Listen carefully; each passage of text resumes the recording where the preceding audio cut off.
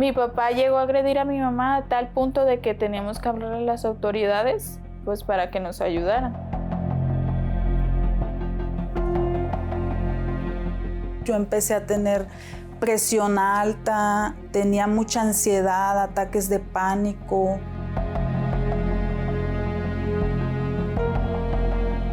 A veces solamente hacíamos una comida al día.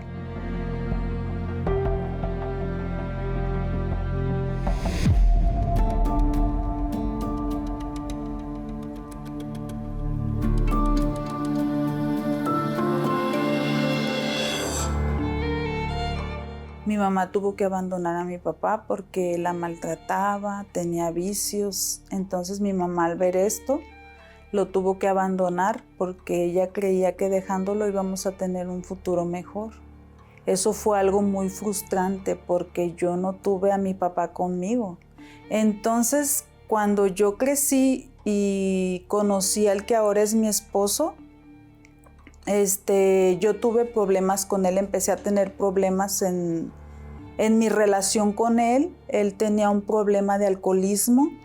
Entonces yo me acordaba del sufrimiento que yo había tenido desde niña y no aceptaba separarme de él a causa de esto, porque yo decía, ¿cómo yo le voy a dar el mismo problema a mis hijas que yo tuve, ese sufrimiento de no tener a su padre con ellas? Y yo por eso aguantaba lo que eran los vicios de él, el maltrato de él. Mi papá llegó a agredir a mi mamá a tal punto de que teníamos que hablarle a las autoridades, pues para que nos ayudaran.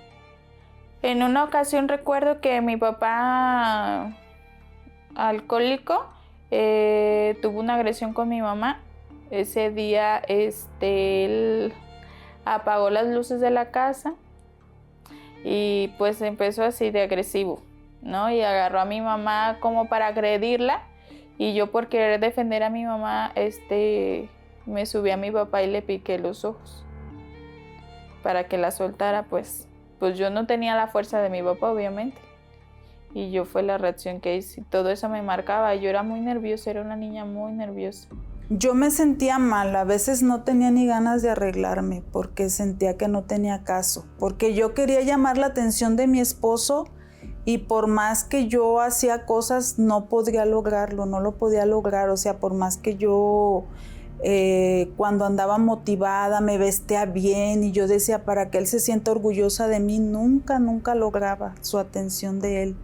Nunca lograba que realmente él fuera el esposo que yo quería que fuera, ¿no? Dedicado, responsable, que él dejara los vicios, que él se dedicara a su familia. Yo siempre le decía que no me alcanzaba el dinero, que por favor, y él me decía, pues yo trabajo para eso, yo trabajo, tú no me tienes que decir a mí qué es lo que tengo que hacer yo. Yo trabajaba también, pero era algo muy frustrante porque a mí no me alcanzaba a veces el dinero que yo ganaba para mis hijas y pues para un patrimonio. Nosotros vivíamos en casa de renta, no teníamos un patrimonio, una casa como tal. Y ellas en la escuela, o sea, los pedidos de los maestros, todo eso era algo muy pesado para mí, la verdad. A veces llegaba el fin de semana y yo ya andaba buscando ahí desesperadamente para darles a mis hijas algo que comer. A veces los fines de semana no teníamos a veces qué comer, a veces solamente hacíamos una comida al día. Como mujer yo me sentí humillada, dar ese ejemplo para mis hijas. Sí, yo llegué a tener rencor con mi papá, la verdad, tenía mucho coraje con él por todo el sufrimiento que nos causaba.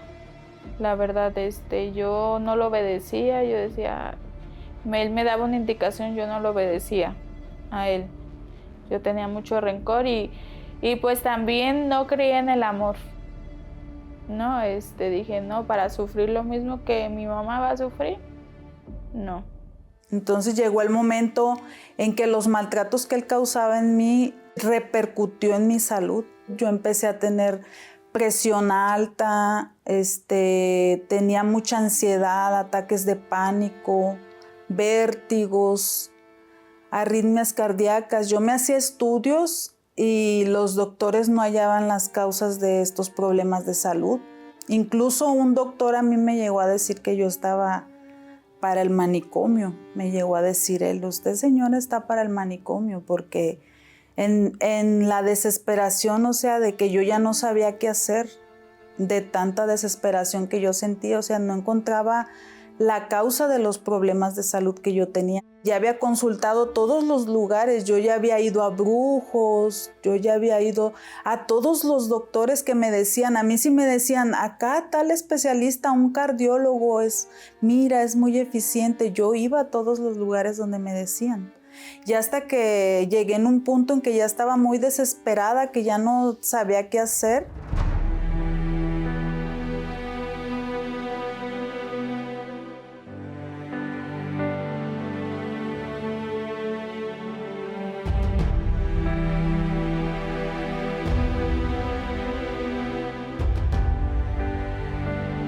En la Universal encontré a alguien que me escuchó, porque yo siempre buscaba a alguien, llamar la atención, o sea, de que alguien me escuchara, y ahí yo encontré quien me escuchara y encontré como que alguien se preocupó por mí ahí en la Universal. Y empezaron a hablar de la hoguera santa, donde mi vida podía ser restaurada a través de un sacrificio, y yo pensé, pues si he ido a tantos lugares y he pagado tanto dinero y no he visto una respuesta, no tengo nada que perder, y me lancé y dije, pues ya qué puedo perder si ya no tenía nada, la verdad, no tenía salud, mi familia estaba destruida, mis hijas sufrían mucho.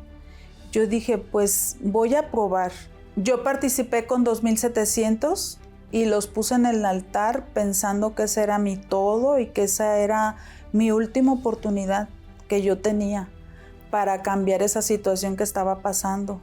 Dios empezó a obrar en mi vida sentimental, porque mi esposo dejó de tomar y cambió en su carácter conmigo. Él ya era una persona más amable.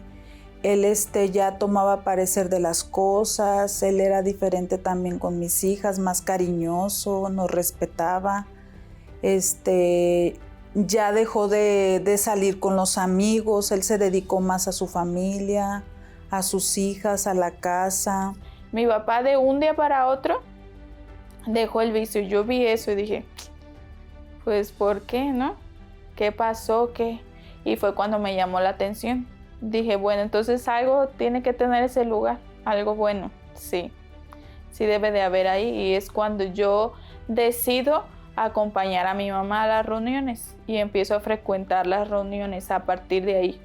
Sin embargo, aún así yo seguía enferma con muchos problemas de salud, dificultades en mi salud, en mi matrimonio, con muchos problemas, dificultades, y a raíz de eso yo hago una hoguera de 23,000.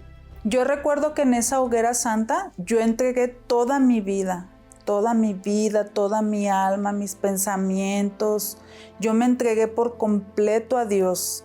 Yo recuerdo que el día que yo recibí el Espíritu Santo fue maravilloso para mí, porque yo sentí ese amor de Dios.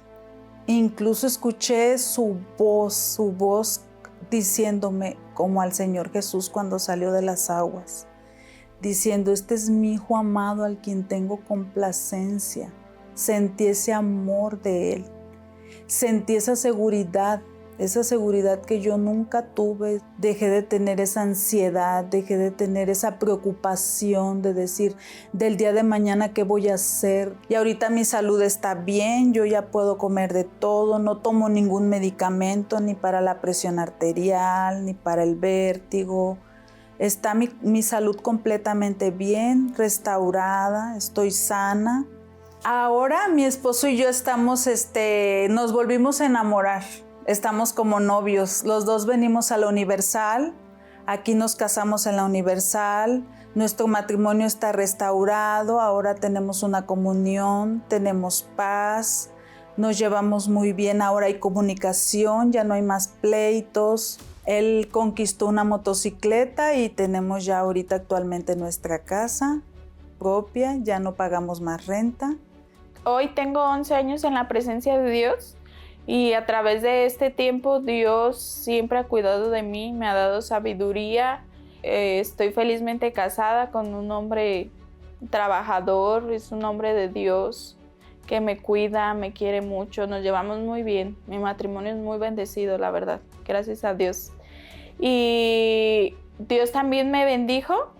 Trabajo con mi mamá, trabajamos juntas, tenemos un negocio de nuestra profesión, en donde Dios nos ha bendecido. Pude conquistar mi carro 0 kilómetros.